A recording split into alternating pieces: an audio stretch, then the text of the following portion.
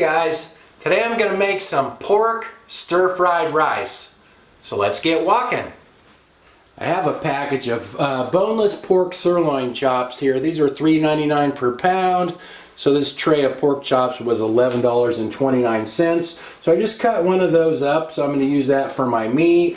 And I have a bag of frozen stir-fried vegetables. These have asparagus, carrots, green beans, cauliflower, yellow squash, celery, onions, and mushrooms. So I'm just going to use that for the veggies. And I also cooked some brown rice in my Instant Pot. So let's get walking here. I'm going to turn my burner on and set it on kind of medium heat there. And I'm going to use avocado oil. I always use avocado oil for my stir fries because it has a 500-degree smoke point. So I'll add a little bit of oil there. Sometimes I have to add more as I go along, but I try to use as little oil as possible. Now we'll get some of these frozen veggies in there. I guess that's probably about half the bag or so. And we'll kind of let those get going first, and then we'll add the meat.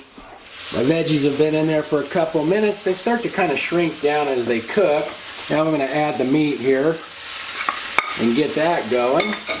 Then as soon as the meat looks like it's about cooked through, we'll add the rice and the sauce.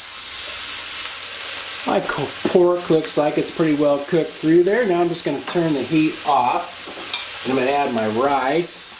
The rice tends to kind of stick, so I add that last. And I just kind of eyeball this stuff. So that looks about right there. And I'm also going to add these green onions. That's a couple of green onions I cut up there. And a little bit of Johnny's seasoned pepper. This has, besides the pepper, it has sugar, red and green bell pepper, garlic, and onion. So I put that in last because the sugar will burn, and also the sugar in the sauce will burn. So this is House of Tsang classic stir-fry sauce. So we'll add a little bit of that one.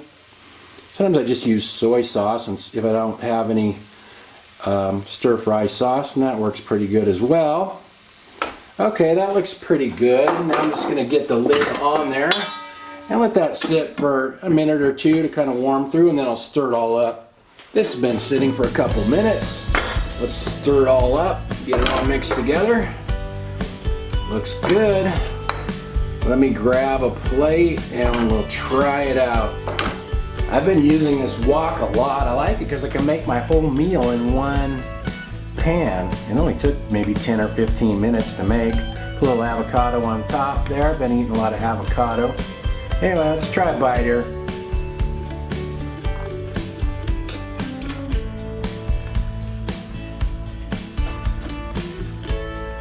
That turned out good. Those pork chops work good for that.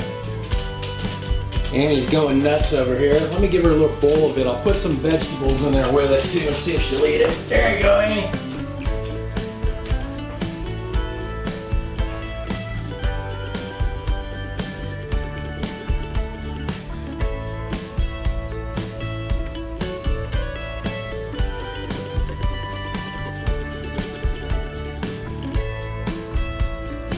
Well, she's picking out the meat first. Looks like she's eating the carrot and the cauliflower. Looks like she might eat it all. She eats her vegetables. Nah, maybe not the cauliflower. She threw that on the ground. Now she's eating it. Some she eats her vegetables better than most kids. Looks like she licked the bowl clean. And she's picking up a couple veggies she dropped on the floor there, even a green bean. So like usual, I'll write all the ingredients I used in the description. And actually you can use any frozen vegetable mix that you want. I've actually used just regular frozen mixed vegetables a lot of the time. And if you don't know wok, you can use a frying pan. Anyway, thanks for watching. Walk on.